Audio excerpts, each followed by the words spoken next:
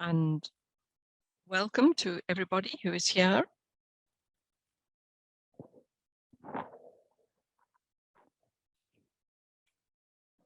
It was wonderful to be able to be in contact together, even if one is not in the same space, but one is in contact with one another, and to have the questions and to be able to speak to one another through the questions.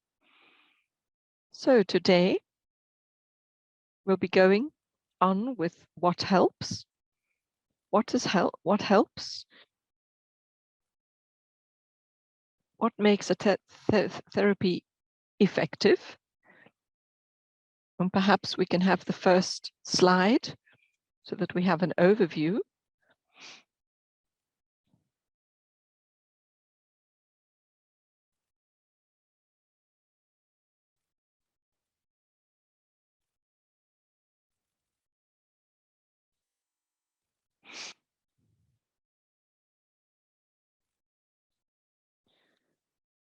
So we entered with, we have a verse for our time, which is by Rudolf Steiner, and which some people have added things to it.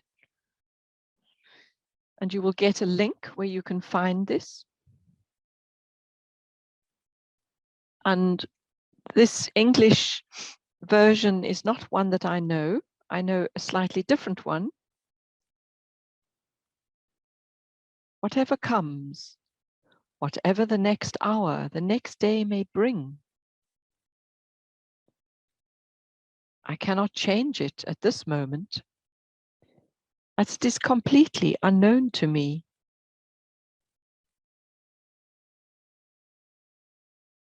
By any fear, I will await it with the most perfect inner peace of soul, with the most perfect calmness of mind.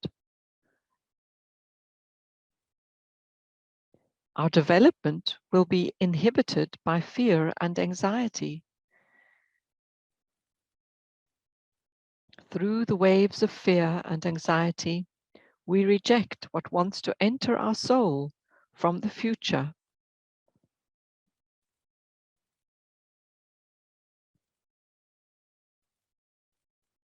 And the next.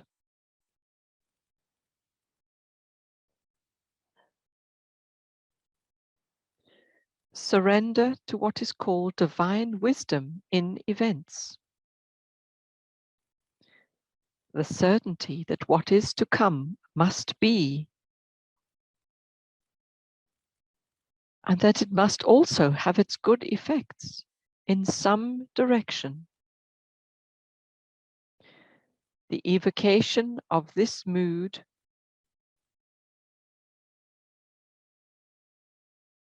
in words, in sensations, in ideas, that is the mood of the prayer of devotion. This is part of what we have to learn in this time, to live out of pure trust, without security of existence, trusting in the ever-present help of the spiritual world. Truly, nothing else will do if our courage is not to fail us.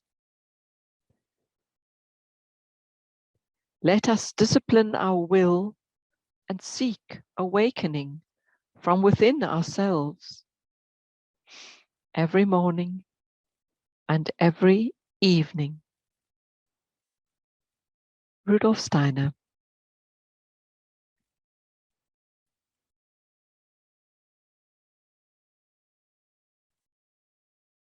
And that is a mood that expresses resilience,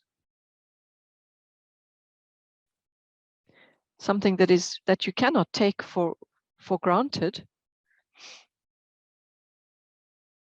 to be resilient with each situation you meet. And it takes other sort of accompaniment working with trauma. And to that, I would like to look at the next.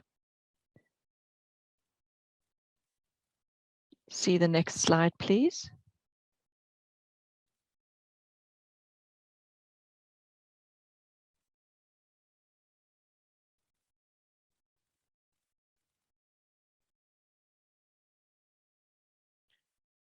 And this is about dealing with trauma.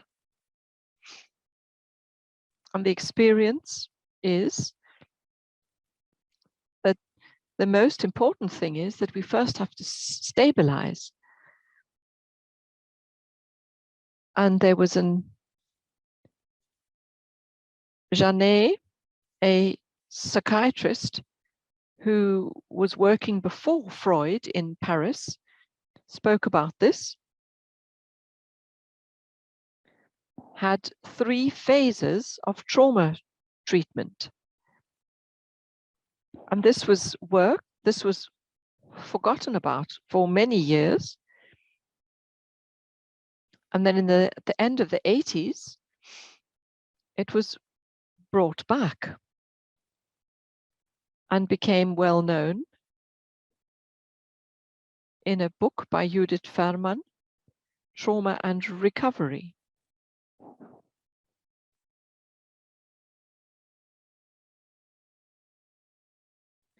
Janet described the first phase as stabilizing, where one needs security to establish security and to improve the symptoms through the treatment. And only when this has been achieved can one then work on the trauma, to work through the trauma, even as one is trying to look for new solutions.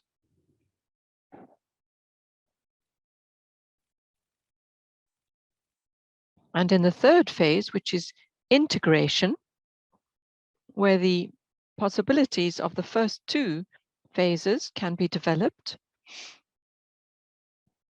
and can be integrated back into the personality. And later, where we're looking at trauma therapy, we'll come back to this.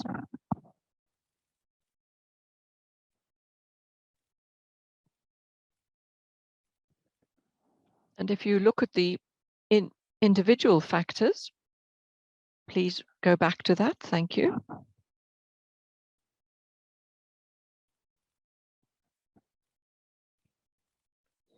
You can see that we're trying to take hold of our resources. So the inner or the outer aspects.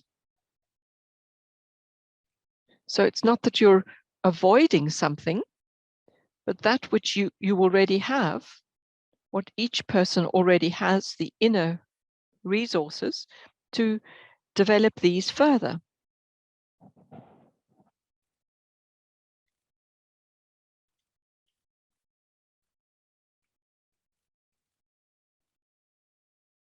So mindfulness and self-awareness, imagination, the power of inner images, movement, exercise. We have experienced this quite a few times. We have moved ourselves in the body therapies, and that which we hasn't, and eurythmy therapy is not yet well known, unfortunately. And the art therapies, and anthroposophical art therapies, as Myrta does, for the children, for the young people, and for adults. And this touches particularly, and I'll come back to this, other areas. So it touches the picture memory or the sense memory, which are very important. And these are touched by these tools. So what does it mean? What is the first phase of stabilizing? What does that mean?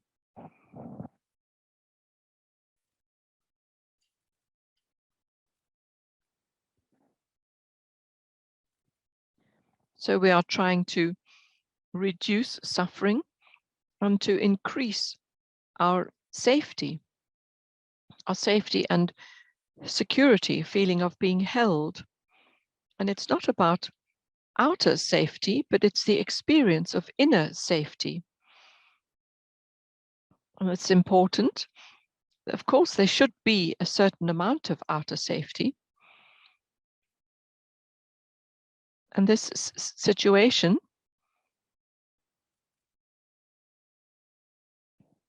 that one experiences through trauma, where you might have the feeling you don't have control over anything, over your own body, over your feelings, over your thinking, over your whole life.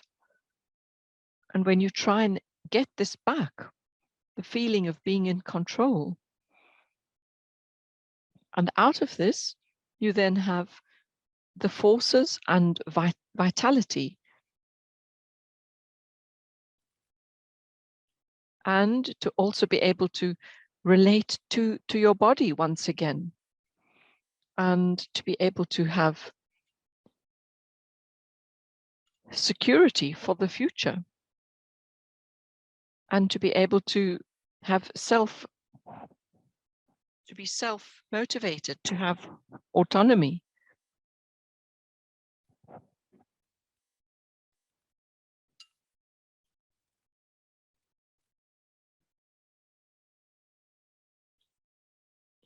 And all of these are balance then the trauma that took place. And one could then ask, what about the positive impulses that you can take up compared to the burden of the trauma? So that there's a balancing of forces and a balancing of stability. And what I've said, one can find this in German in a book, which I find a wonderful book, which was published last year by Regina Lackner, about stabilizing.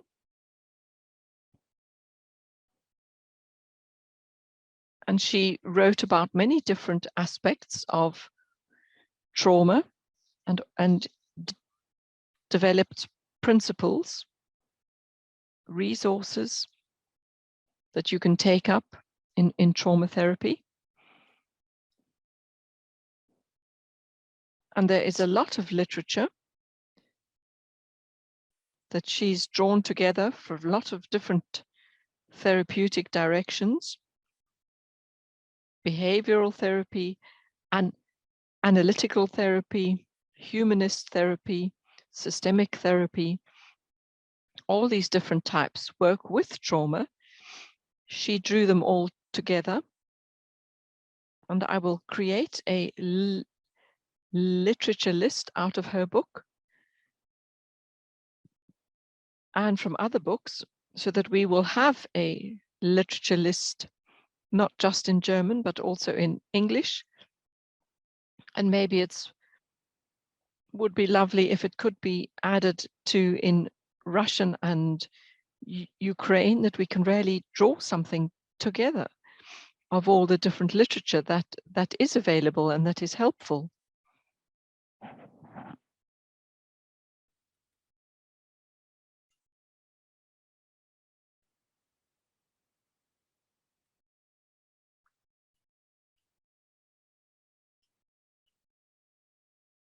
So these particular tools that are helpful in the stabilizing phase, she speaks about resources. This can be the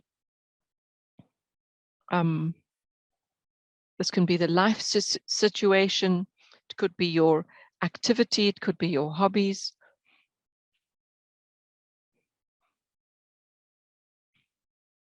being conscious of working with this, working with the inner resources,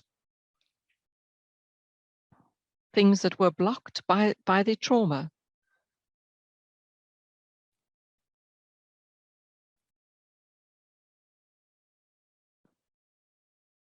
And we have heard of this 3 times from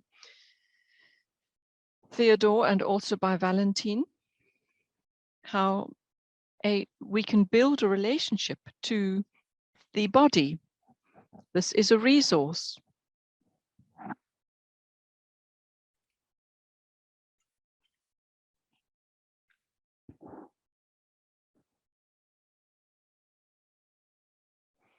And sometimes one has resources which one think are helpful, but they're really just sidetracking.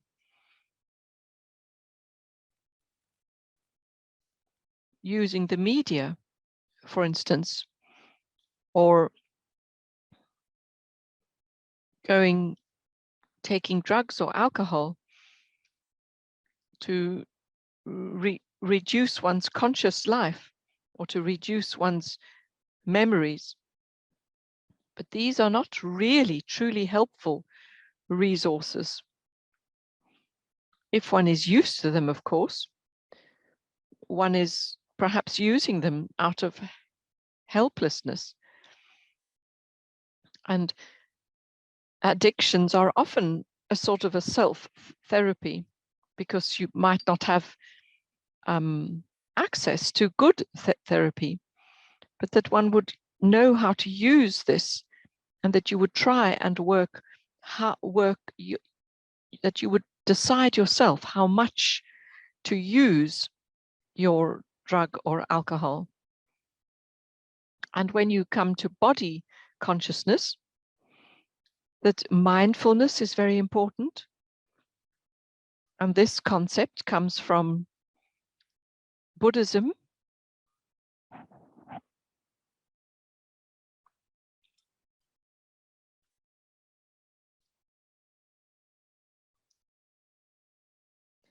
And quickly became very, very popular. Came from America over to Europe.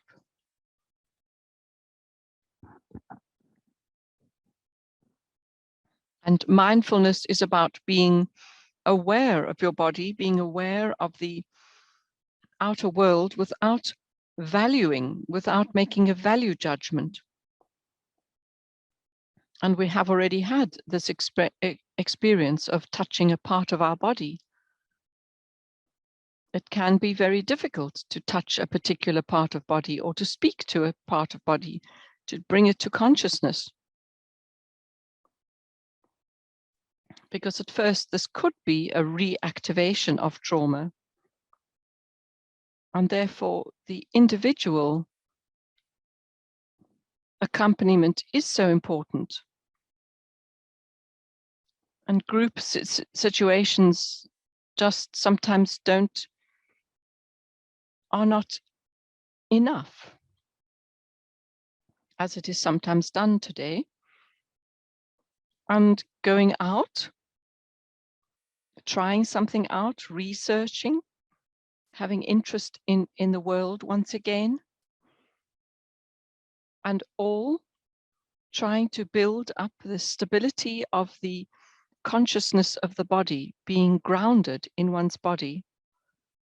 And we've had the example that it's most certain when we start with the feet, when we build our body consciousness from our feet upwards.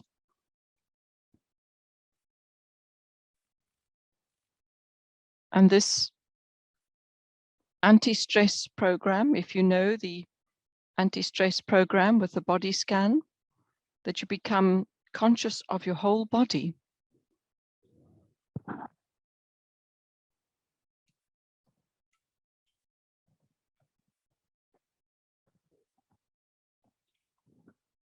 What also belongs to this is breathing with mindfulness, and then eurythmy, in eurythmy. We don't do breathing with the exercises, but the breathing very often changes due to the exercises.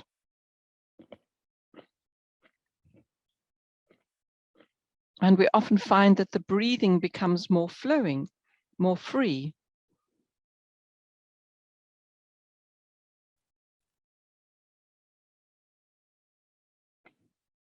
And one can use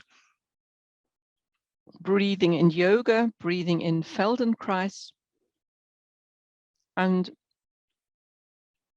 it is a very differentiated way of looking at breathing. And this is something that one could learn in eurythmy. And I'm going to say something rather challenging now. And I have experienced that very quickly one does a training in a few years, yoga or other body therapies, and eurythmy or eurythmy therapy is a much longer path. And people are perhaps have difficulty joining a eurythmy training, thinking it's got to be 4 years long, whereas yoga training is much shorter. And then you have to do your 2 years of a eurythmy therapy practicum. Is quite a lot of commitment in time there. And so you need time to change yourself, because you need to experience what you're going to be able to give as therapy. And eurythmy therapists need to experience. They need to mature through this training. And this side is very interesting, very important part of the training. To mindfulness also is meditation or imaginations, inner pictures, positive images. There are many different exercises of positive images. And when we get to the trauma therapy, I will speak about this. And one of the basic images is to have an inner safe area, a safe place, a place where you could be safe. And that is your starting point, your inner safe place. And you create the space where there are helpful beings which you need during a trauma, and where you can consciously go back to when you're in a threatening situation. And that can be a place where the inner child that is often spoke about, the inner child, and there's not just one child,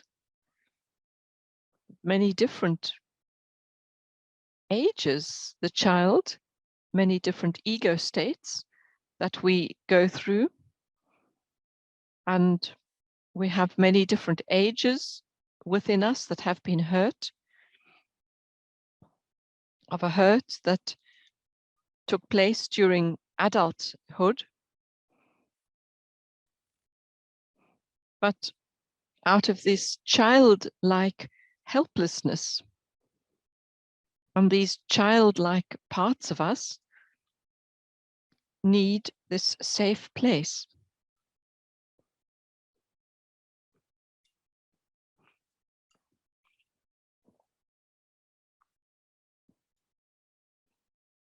And our consciousness guards this place. Our consciousness is very important in this place.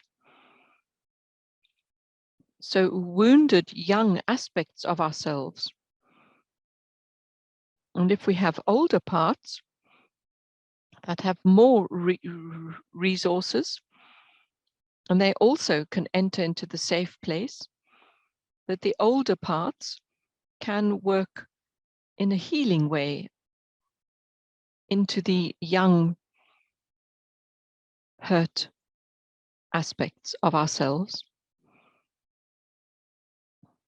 And another important part are our thoughts, that we would have positive, that we would be able to develop positive thoughts. But there's a difficult issue here.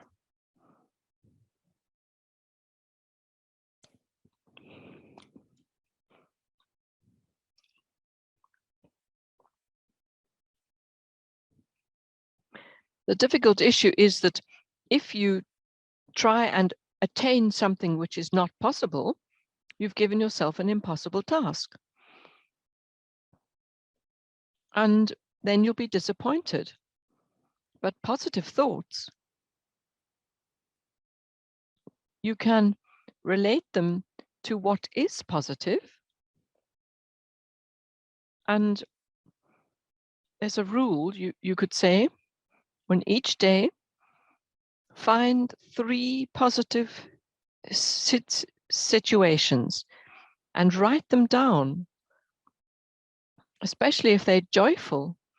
And you can have a joyful diary, a diary full of joy.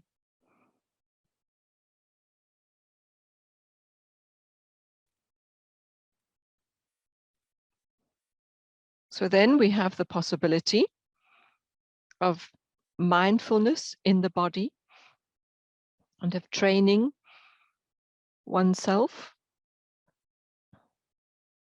Exercise can be very useful. And it's not about having some kind of success with your, it's not about winning, doing exercise so that you're going to win something, but doing exercise for the sake of exercise. To always stay within your own boundaries.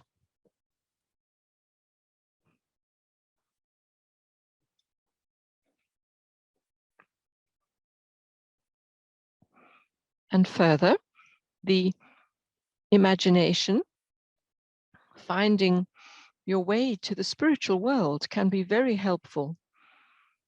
And it doesn't mean that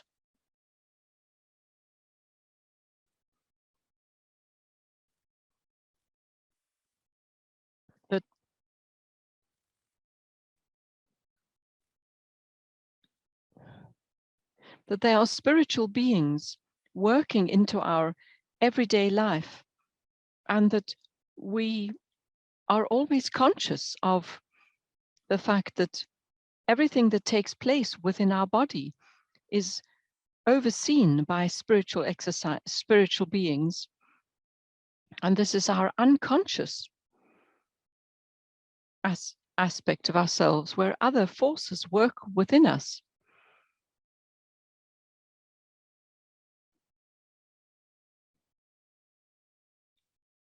That we, in the words that we had at the beginning,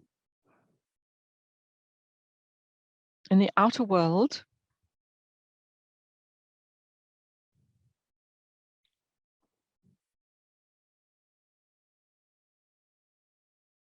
so in the outer world, the animals are living, and that the religious aspects have a certain value.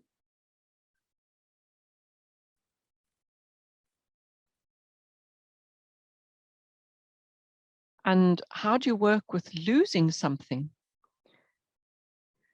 How do you work with loss? And that mourning should be experienced, and learning how to deal with mourning, with loss. And even working with things that don't seem to be helpful in the first place. So even anger and irritation can bring something positive. To find an escape valve for these feelings. When we speak about aggression or aggressive behavior, I'm not so keen on these words, because there are different aspects of anger. There's a kind of a sacred anger where you really need to be angry about something, and you are really consciously working with your eye, and this has a very different effect, and your surroundings react to it very differently.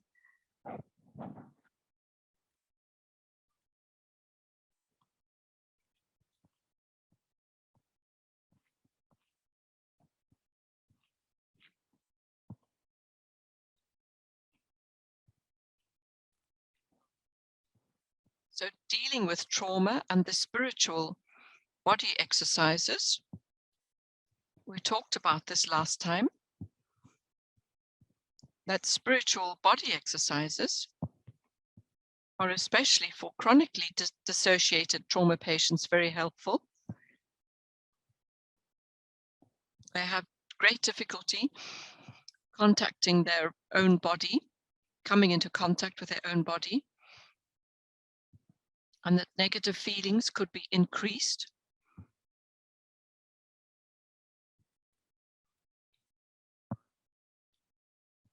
And things that take place in an everyday life can really come up in a strong way.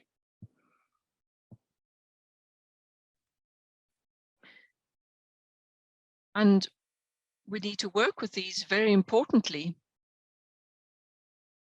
If we're breathing, if your breathing stops, if your breathing gets difficult, if your breathing is not flowing,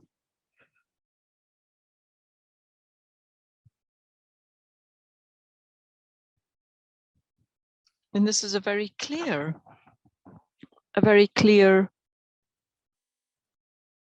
symptom. Whether it's taking place in a body therapy or in talking, it's really showing that the person needs to be helped to come back to their body and to be able to come out of the dissociation.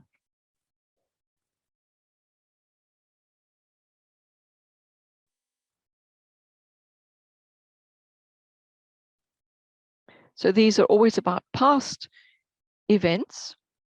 So the memory is very important. How does one work with memory loss? Somebody who's worked a lot with body therapy, Peter Levine, wrote a book, 2016, the German book, I think.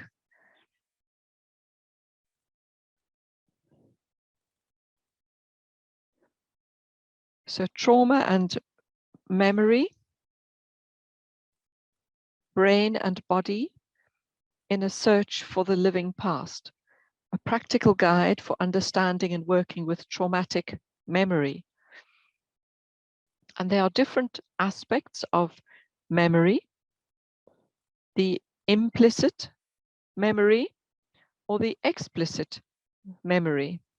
And the implicit is closer to the body, that I have perhaps learned as a child.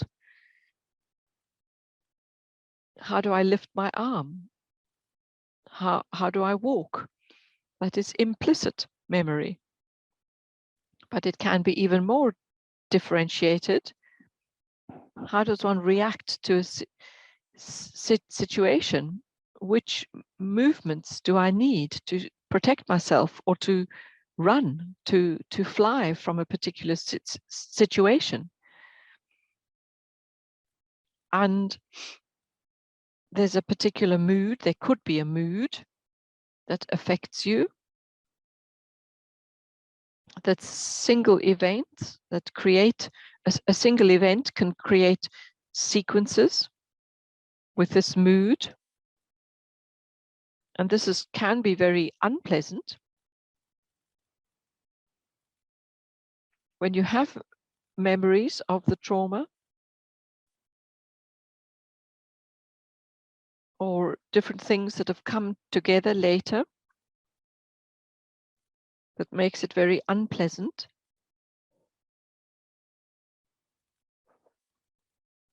memories that come out of the soul space, and the explicit memory where you remember something out of the present, and then you yourself put the memory together. That is the highest aspect of this memory. And in this way, you can see that there are many different aspects of trauma, many different levels, and many different types of people.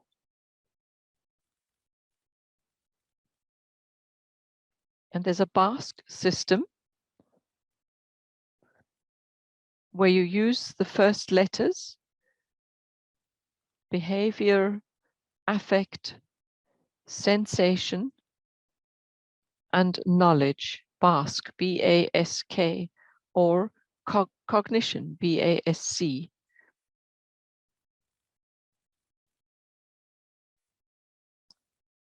And we've already heard about this, where we go into avoidance or becoming paralyzed, that you can't react, so you become numb. You're not able to feel anymore, or you forget things. So that one's thinking is affected, or people are continually in stress.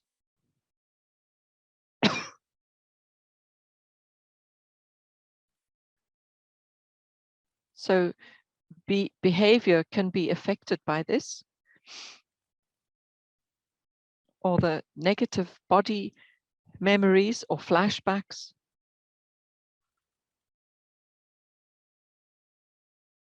The memory of the traumatic memories.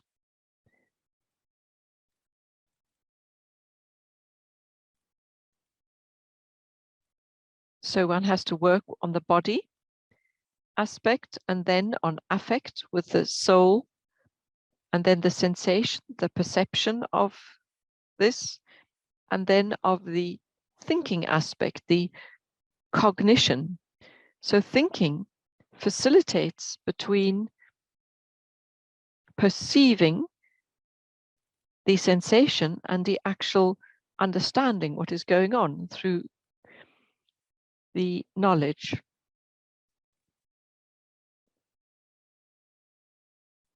And 1917, Steiner's lecture about analyzing. Yes, we've got the picture on the screen now. And in the middle is this dotted line with the I, ich, I-C-H, meaning in English I. And then we have thinking, feeling, and willing on the right side of the screen. So these three aspects, thinking, feeling, and willing, that were mentioned in the Basque system.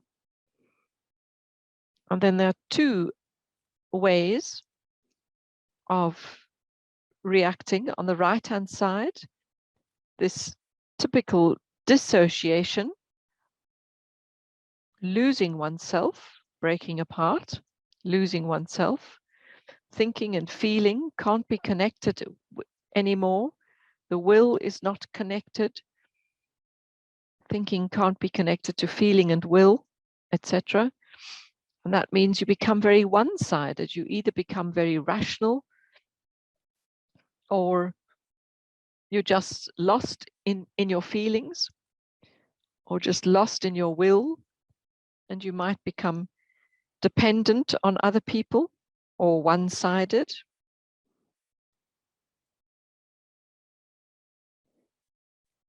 And willing, you just become very impulsive, and might even become aggressive. On the other hand, this collapsing into oneself, tumbling into one another, and that is that which psychoanalysis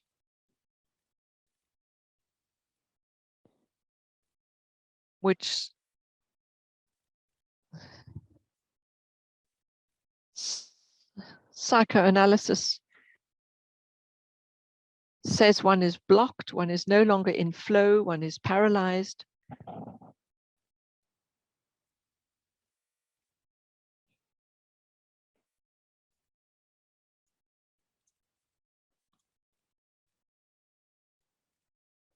And this is where one is there in a state of shame, in a state of panic, in a state of fear, and in dissociation, in fear and stress and worry, which one can be triggered by traumas.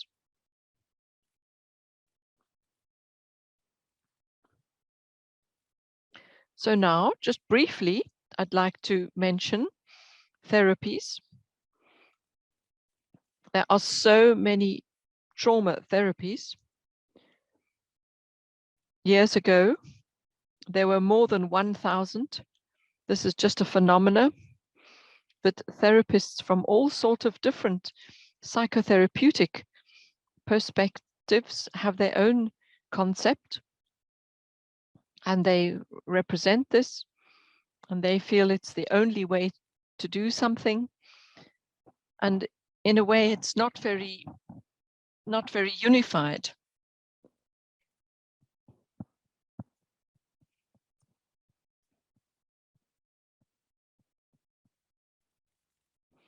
And so this book by Mrs. Lackner is very good because she's brought all these different things together. Personally, I work a lot by Louise Redeman, which I mentioned last time, and also with other behavioral therapies, with acceptance and commitment, that is ACT, acceptance and commitment therapy, ACT, ACT. All of these trauma therapies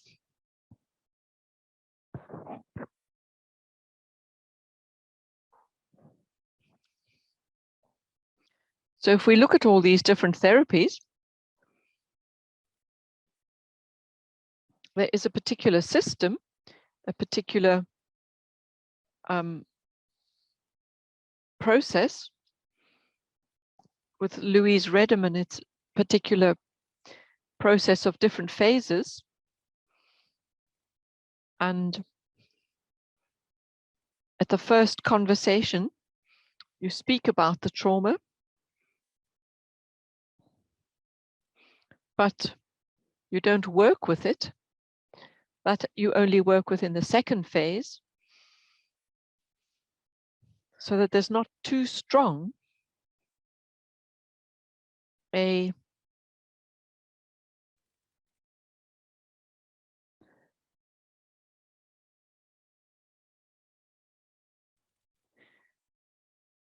so that's working with traumatized children and working with imaginative exercises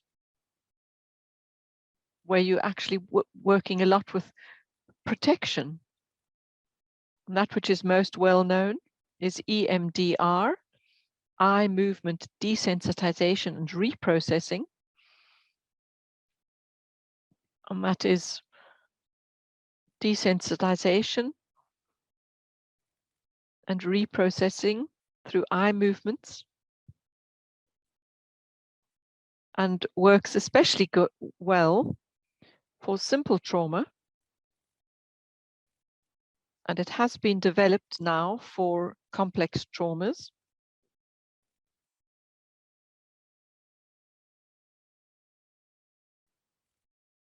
And there's a very systematic way of working with these in all the different steps. But one needs to learn this.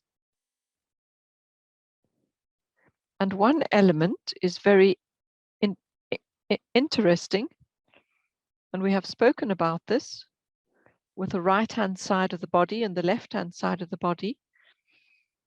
And Theodore has, whenever we look at the body, that there's a front and a back. There's a big difference between above and below, and the left and right hand side of the body. And it's not the same on the left or the right.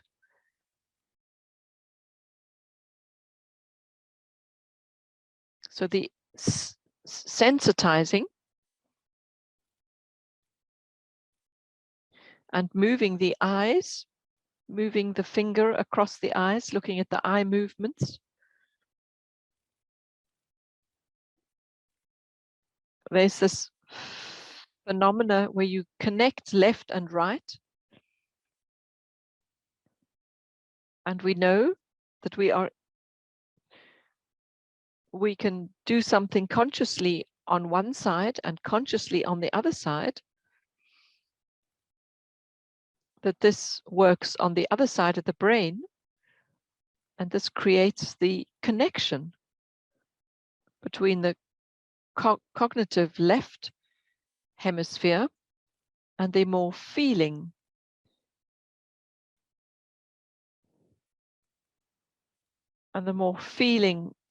oriented right brain. And this is a very healing principle.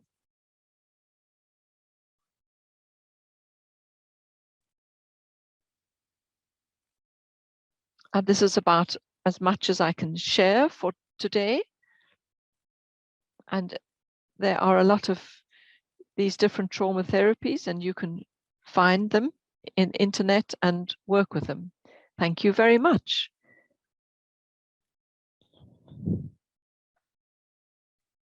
That was a wonderful ending, Harald.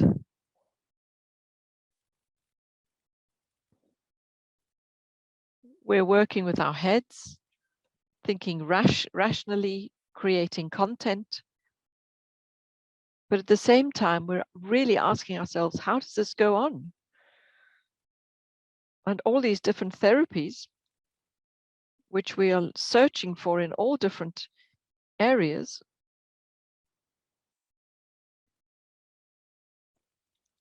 but we can't work just with the head. And Valentin began with this Leo. And why did he start with Leo? Because the heart belongs to the sun. The sun with Leo. How do I stay connected to myself and working with my heart and yet reach out into the world? And there you started with the left and the right brain. And by mistake, which I didn't translate, he said the left and the right heart, which was such a beautiful mistake.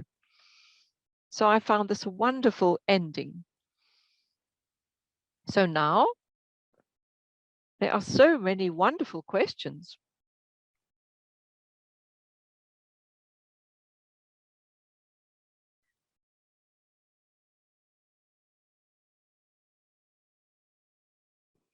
So if you have something which is very interesting and very important, please write it into the discussion. I will try and pick up a few questions. Igor asks, Harald, please tell me, how can I overcome dissociation so that I can come to a spiritual body exercise? What is my sure path? So in the grounding, coming to the earth, so to feel that.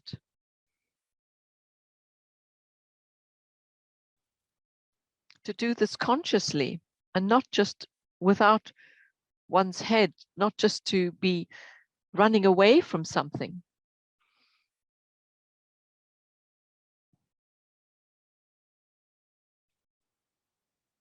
if you let all the emotions run through you, is a body exercise the right one?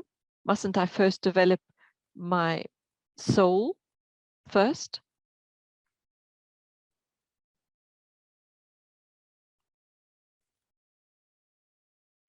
What's very important for me is what Louise Rederman says in an exercise. Be clear, I am I, and not my thinking, not my feelings, not my moods. I have the capacity to observe my thinking, feeling, and willing. And this is a very healing aspect from this Buddhist aspect in psychotherapy,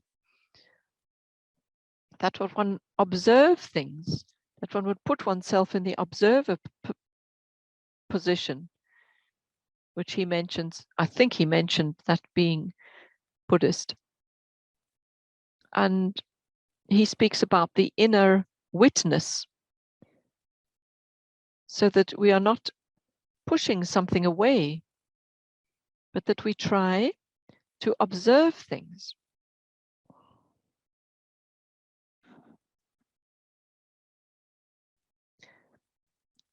Maria writes about a concept that she works with, a concept from the future. And she has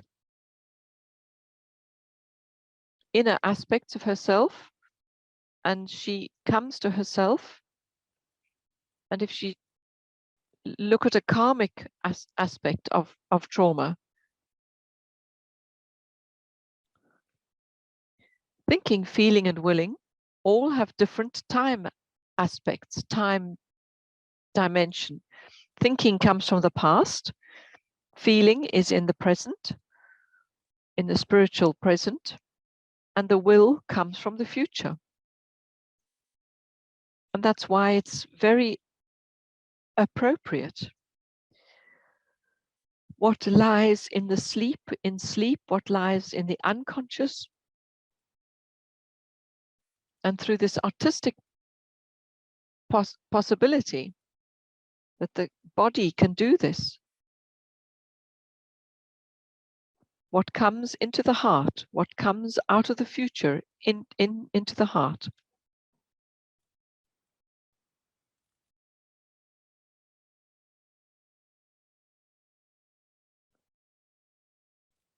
So a question, what can anthroposophy comment on a karmic background to sexual abuse?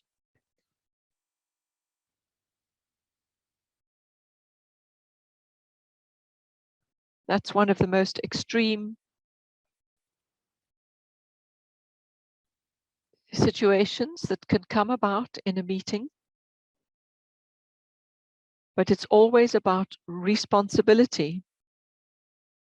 It's not the meeting, it's not the opportunity, it's the reason. And this is the lack of responsibility of the person who is committing the act, and that is not given karmically. Our karmic task is always to act correctly with the other person, and not out of a situation where we are led into destructive or aggressive behavior.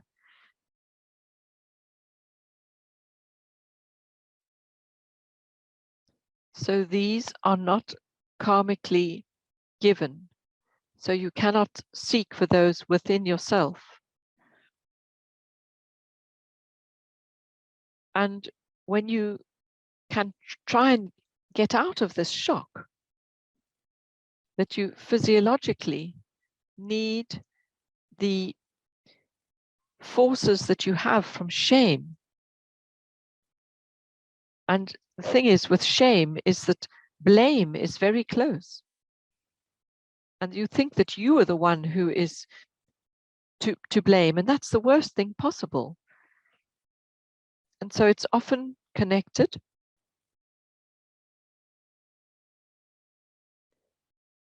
This blame and these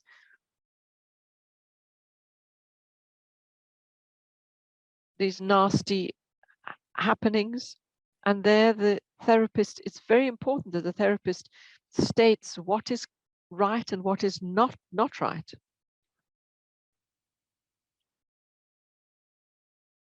And perhaps a last question.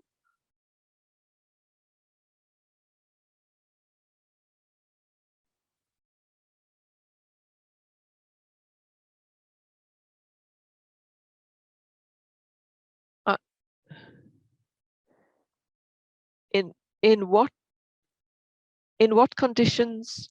Sorry, that was a difficult question. I didn't understand it. What faculties do you need to get out of a situation? And there's a very big difference between, for instance, what has just been happening in Turkey, a natural catastrophe, and people are bundling together, they united, and that is a great resource.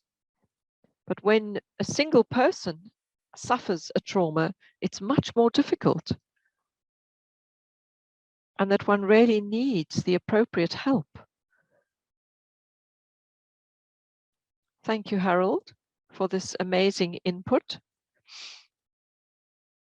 and for these answers to the questions.